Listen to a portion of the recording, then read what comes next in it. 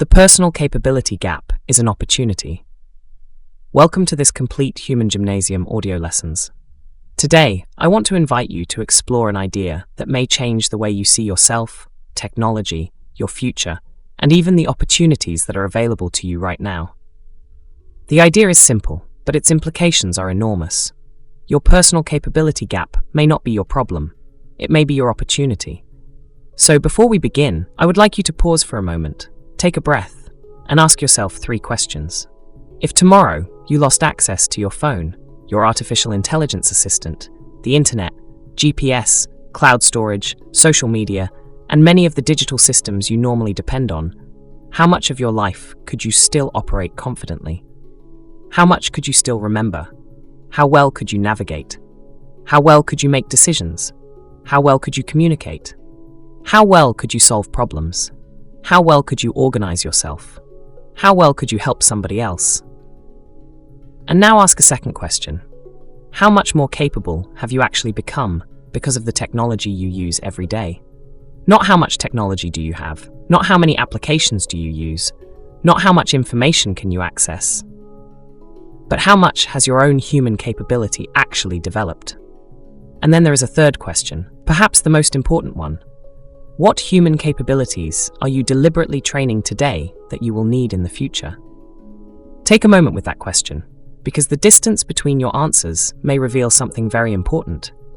It may reveal your personal capability gap. The personal capability gap. Humanity is living through an extraordinary acceleration. Artificial intelligence is developing rapidly. AI agents are beginning to perform increasingly complex sequences of tasks. Robotics is extending physical capabilities. Automation is transforming work. Social media is continuously influencing attention, behavior, communication, and social interaction. Gamification is becoming increasingly sophisticated. Virtual reality and augmented reality are changing how we experience environments and information. The amount of information available to an individual is almost unimaginable compared with previous generations. And all of these technologies can bring enormous benefits. They can make life easier. They can make work faster. They can make communication easier. They can help people learn. They can help us solve problems. They can improve productivity. They can create opportunities that were previously impossible. This is not an argument against technology. Quite the opposite. Humanity's capacity to create technology is one of our extraordinary achievements. But something else is happening at the same time. The environment in which human beings live is becoming increasingly complex. More information, more choices, more systems, more technologies, more opportunities, more interactions, more uncertainty, more speed, more dependencies, more complexity. And this brings us to the central question of today's lesson. Is the development of human capability accelerating at the same speed as the complexity of the environment that human beings are creating? If it is not, then something happens. A gap appears. We call that gap the personal capability gap. The distance between the complexity of the environment you are entering and the human capabilities you have deliberately developed to navigate that environment. And here comes the important change in perspective. The gap is not necessarily something to fear. The gap is not necessarily evidence that something is wrong with you. The gap can become a map. It can show you where you can grow. It can show you what you can practice. It can show you what you can develop. It can show you where your next opportunity is. Your capability gap can become your development opportunity. Technology was created to extend human capability. Think about the history of humanity. Human beings have always created tools. Writing extended memory. Maps extended navigation. Books extended access to knowledge. Machines extended physical strength. Computers extended calculation. The internet extended communication. Smartphones extended access to information. Artificial intelligence is now extending increasingly sophisticated forms of cognitive work. There is something beautiful about this. Human beings create external systems that extend what we can do. But there is also a distinction we need to understand. A technology can perform a function for you without developing your ability to perform that function yourself. An AI can write an article without developing your capacity to construct an argument. GPS can navigate for you without necessarily developing your sense of orientation. A recommendation system can choose a restaurant without developing your ability to make decisions. A search engine can retrieve information without developing your memory. Automation can execute a task without developing your ability to perform it. A digital calendar can remember everything without developing your capacity to remember. And this is where we need a new question. Not, can technology do this for me? But, should I still deliberately develop the human capability underneath this function? That is a very different question. The technology paradox. Technology can increase human capability, but technology can also reduce the amount of capability that a human being needs to exercise. Both things can happen at the same time. A person can become more powerful technologically while becoming less capable personally. And that is the paradox. We can have more external intelligence and less practiced internal intelligence. More information and less understanding. More communication and less meaningful conversation. More convenience and less resilience. More choice and less decision-making capability. More automation and less practiced skill. More connection and potentially less human presence. Again, this does not mean that technology is bad. It means that we need to become more conscious about our relationship with technology. The question is not whether technology should advance. It will advance. The question is, what kind of human being will we become while technology advances? Now, look at your own life. I want you to perform a small experiment. Don't judge yourself. Just observe. Ask yourself, how much of my memory have I outsourced? How much of my navigation have I outsourced? How much of my attention is controlled by external systems? How often do I ask for an answer before trying to think about the problem myself? How often do I ask artificial intelligence to formulate something before I formulate my own thought? How often do recommendations decide what I watch, read, buy, listen to, or experience? How often do I avoid boredom because I immediately reach for a device? How often do I avoid uncertainty by searching immediately? How often do I avoid making a difficult decision by asking somebody else? How often do I avoid difficult human conversations by using digital communication? How comfortable am I when I don't know? How comfortable am I when I cannot control the situation? How capable am I of adapting when my plan doesn't work? How capable am I of functioning when technology fails? And finally, how often do I initiate something simply because I decided to do it? This is the question of agency. This is not an intelligence test. I want to make something very clear.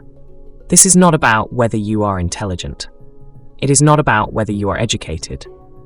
It is not about whether you are successful. It is not about whether you use technology a lot. It is not even about whether you are dependent on technology. We all are dependent on many systems. The question is, are you conscious of what you are outsourcing? And are you deliberately maintaining the human capabilities that matter? This is a question of awareness. The human residual. This brings us to a concept I believe is going to become increasingly important. I call it the human residual. The human residual is the set of human capabilities that we consciously decide to continue developing even when technology can perform some or all of those functions. It does not mean that humans should do everything manually. That would be absurd. If a machine can perform a repetitive task better and more efficiently, let the machine do it. The question is different. What capabilities should remain practiced? Perhaps you should still know how to think without artificial intelligence. Perhaps you should still know how to navigate without GPS. Perhaps you should still be able to remember important things without external memory. Perhaps you should still be able to make decisions without recommendation systems. Perhaps you should still be able to create without automation. Perhaps you should still be able to communicate directly with another human being. Perhaps you should still be able to regulate yourself when things become difficult. Perhaps you should still be able to act when the systems around you fail. The objective is not technological independence. The objective is human capability independence. And perhaps eventually something even more sophisticated, conscious interdependence. Knowing what to delegate, knowing what to retain, knowing what to automate, knowing what to practice, knowing when technology should extend you and when you should deliberately exercise yourself. What happens when AI becomes everywhere? Imagine a future where artificial intelligence can write almost anything. It can create images, it can produce music, it can analyze data, it can organize your calendar, it can research a topic, it can create business plans, it can teach you, it can communicate with customers, it can manage workflows, it can perhaps negotiate with other agents. Robots can increasingly perform physical tasks. Automation can increasingly manage processes. What becomes more important? Not less human capability. More. Because if machines can produce answers, humans need to become better at asking questions. If machines can execute plans, humans need to become better at deciding which plans are worth executing. If machines can optimize systems, humans need to become better at deciding what those systems should optimize for. If algorithms can capture attention, humans need to become better at directing their own attention. If technology can influence behavior, humans need to become better at understanding themselves. The more powerful the tools become, the more important the human being directing those tools becomes, from human value to human competence. Now we move to another important part of this model. You can value something without being competent at it. You can value resilience. But are you resilient? You can value creativity, but can you reliably create? You can value leadership, but can you lead through uncertainty? You can value freedom, but can you act autonomously? You can value health, but do you have practices that maintain your physical capacity? You can value communication, but can you communicate effectively when you are under pressure? So human value is not yet human competence. The transformation requires practice. You have to move from, I think this is important, to, I can actually do this. And that transition requires training. The 3 gaps. In our work at the Complete Human Gymnasium, we have identified 3 important gaps. The first is the information, awareness, and clarity gap. You receive information, but information is not awareness. Awareness is recognizing what the information means, and awareness is not clarity. Clarity means understanding what matters and what needs to happen next. So, information, awareness, clarity. If you collect information without developing awareness and clarity, information can simply become noise. The second gap is the practice, training, skill, system, protocol, technique, and method gap. Knowing something is not the same as doing it. Doing it once is not necessarily having a skill. A skill needs practice. Practice can be improved through training. Training can become structured into systems. Systems can become protocols. Protocols can incorporate techniques. Techniques can become methods. And this is how knowledge becomes capability. The third gap is the transformational outcome gap. Can you actually apply what you know? Can you produce an outcome?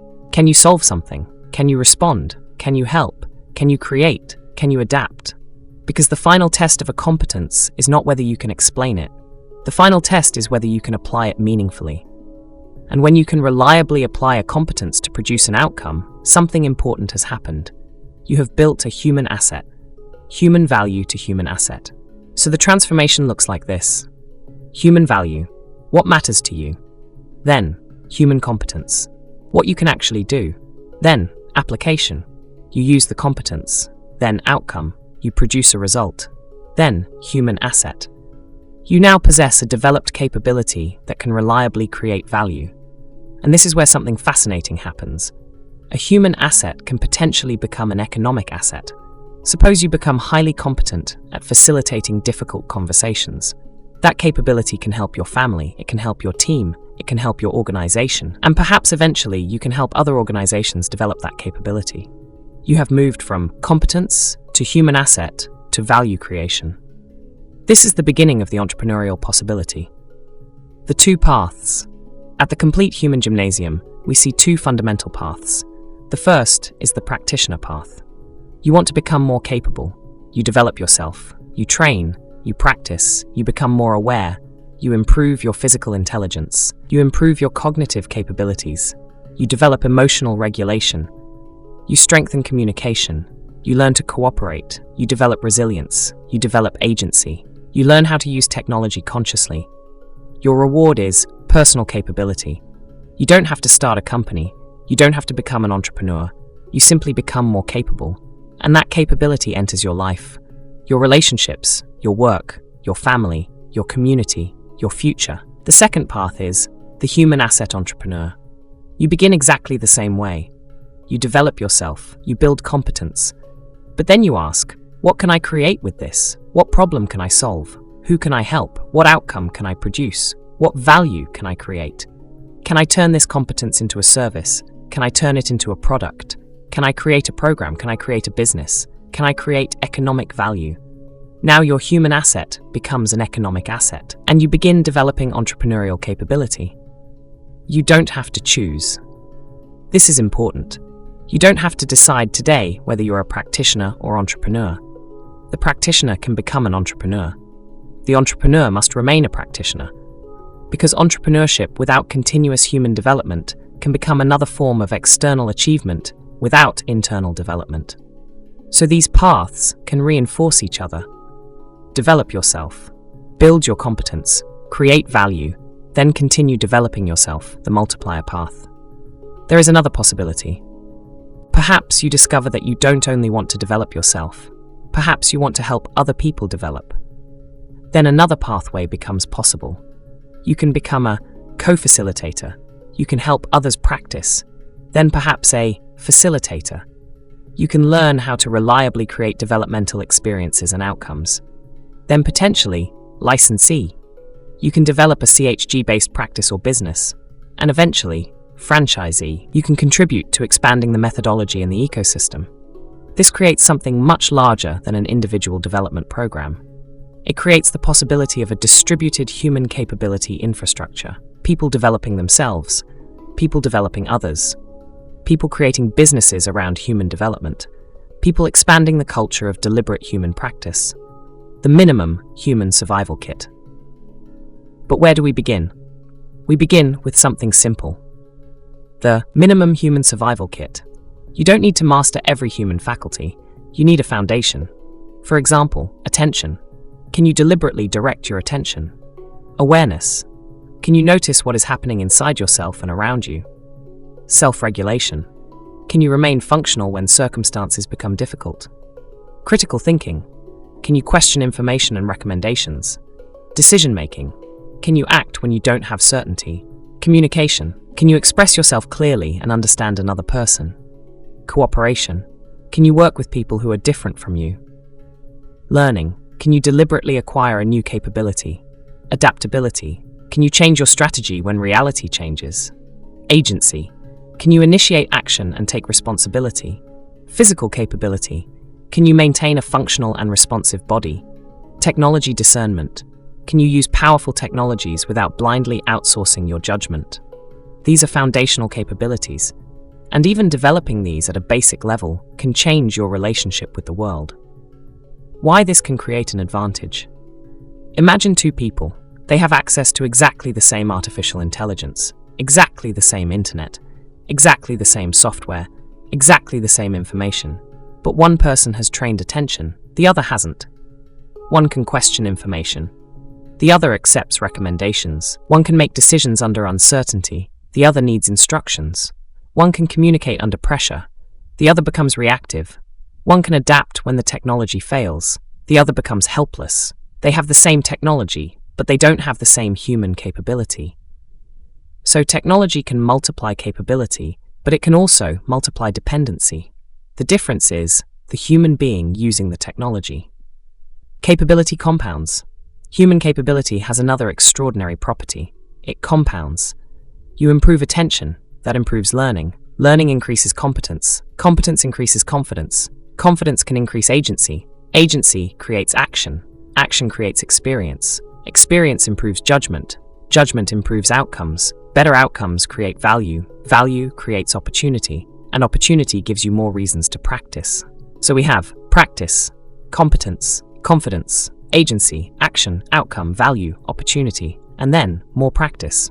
This is a capability flywheel, the entrepreneurial flywheel. For someone who wants to build economic value, another flywheel appears. Competence, human asset, value proposition, customer problem, solution, outcome, economic value, income, independence, more opportunity to develop. And then again, competence.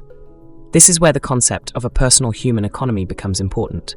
You have your own capabilities, your time, your attention, your energy, your knowledge, your relationships, your experience, your creativity, your physical capacity, your reputation, your human assets. The question is, how are you developing them, and how are you converting them into value? The personal capability gap is an opportunity, your personal human economy. We normally think about the economy as something external: companies, jobs, markets, governments, currencies, industries. But you also have a personal economy. You have resources, you have capabilities, you have assets, you make exchanges, you create value, you consume value, you invest, you learn, you produce, and you can increasingly become conscious of this process. Instead of asking only, what job can I get? You can also ask, what value can I create?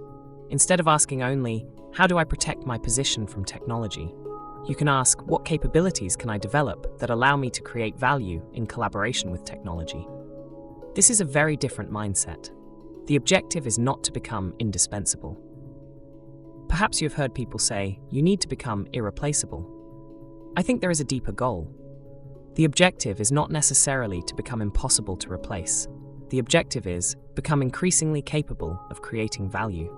If technology changes your profession, you can learn. If a tool disappears, you can adapt. If an industry changes, you can transfer your capabilities. If a crisis appears, you can respond. If a new opportunity appears, you can recognize it. That is resilience, that is agency, that is capability. A new kind of education. And perhaps this brings us to the biggest question. What kind of education does humanity need now? Not only education that asks, what do you know? But what can you do? Not only what did you study, but what have you practiced? Not only what certificate do you have, but what outcomes can you reliably produce? Not only what job can you obtain, but what value can you create? This is a transition from education primarily focused on information and professional specialization toward an education that deliberately develops human capability. And perhaps this is something humanity needs to take seriously at an unprecedented scale. Why the complete human gymnasium? This is why we call it a gymnasium. You don't become physically fit by reading about exercise. You exercise. You don't develop attention by reading about attention. You practice attention. You don't develop resilience by watching someone talk about resilience. You expose yourself to challenges and learn how to respond. You don't develop communication by collecting theories. You communicate. You don't develop entrepreneurial capability by studying entrepreneurship forever. You create something. You test it. You serve someone. You receive feedback. You improve. The complete human gymnasium is therefore not primarily about consuming more information. It is about practice. Practice creates competence. Competence creates capability. Capability creates human assets. Human assets create outcomes. Outcomes create value. And value can create economic opportunity. You don't need to become perfect. There is another important message. The complete human gymnasium is not asking you to become perfect. It is not asking you to master every human faculty. It is asking you to become conscious of your development. To recognize, where am I strong? Where am I weak? What have I outsourced? What should I recover? What should I develop? What can I practice? What can I contribute? What could become a human asset? Your journey becomes personal. Why begin now? Because we don't know exactly what the future will look like. And that uncertainty is precisely why human capability matters. We cannot train for every possible future event, but we can become better at responding to change. We don't need to predict every technology. We can become better at learning. We don't need to control every external system. We can strengthen agency. We don't need to eliminate uncertainty. We can become more capable inside uncertainty. We don't need to know exactly what the future will demand. We can develop a stronger foundation for meeting whatever comes. Your gap is a map. So return to the beginning. If you discover that you cannot concentrate without your phone, don't shame yourself. You have discovered a training opportunity. If you discover that you cannot remember without your devices, you have discovered something worth exploring. If you discover that you need recommendations before making decisions, you have discovered a capability worth training. If you discover that you cannot tolerate silence, boredom, or uncertainty, you have discovered an opportunity to strengthen yourself. If you discover that you don't know how to create economic value independently, You have discovered an entrepreneurial development opportunity. Your gap gives you information. Your gap gives you a map. Your gap gives you an invitation. Your capability gap is your next development opportunity, a 30-minute experiment. And now I want to invite you to do something, not tomorrow, not next month, today. Choose one small problem. Give yourself 30 minutes. During those 30 minutes, don't use AI, don't search for an answer, don't use GPS, don't ask another person to decide. Think, observe, write, experiment, make a decision. Then ask yourself, what did I know? What did I not know? What did I instinctively want to outsource? Where did I become uncomfortable? What capability did I discover? What capability do I need to train? And then after those 30 minutes, you can use technology again. Compare. What could you do? What could the technology do? What did the technology improve? What did you learn? This is not about rejecting technology. It's about becoming conscious of the relationship between your capability and technological capability. The goal is conscious interdependence, 2 paths, 1 foundation. So remember the 2 paths. The first, the practitioner. Develop yourself, build human competence, increase your capability, improve your life, contribute more, become more adaptive, become more resilient, become more human. The second, the human asset entrepreneur. Develop yourself, build human competence, convert competence into human assets, create outcomes, create value, develop entrepreneurial capacity, build economic opportunities. And then there is the multiplier. Become a co-facilitator, become a facilitator, become a licensee, become a franchisee, help other people develop, help build the infrastructure for a new kind of human education.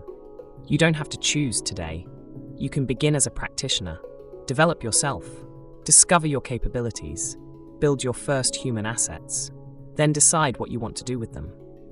Maybe you will use them in your career, maybe in your family, maybe in your organization, maybe in your community. Maybe you will create a business, maybe you will help others, maybe you will eventually become part of the global expansion of the complete human gymnasium.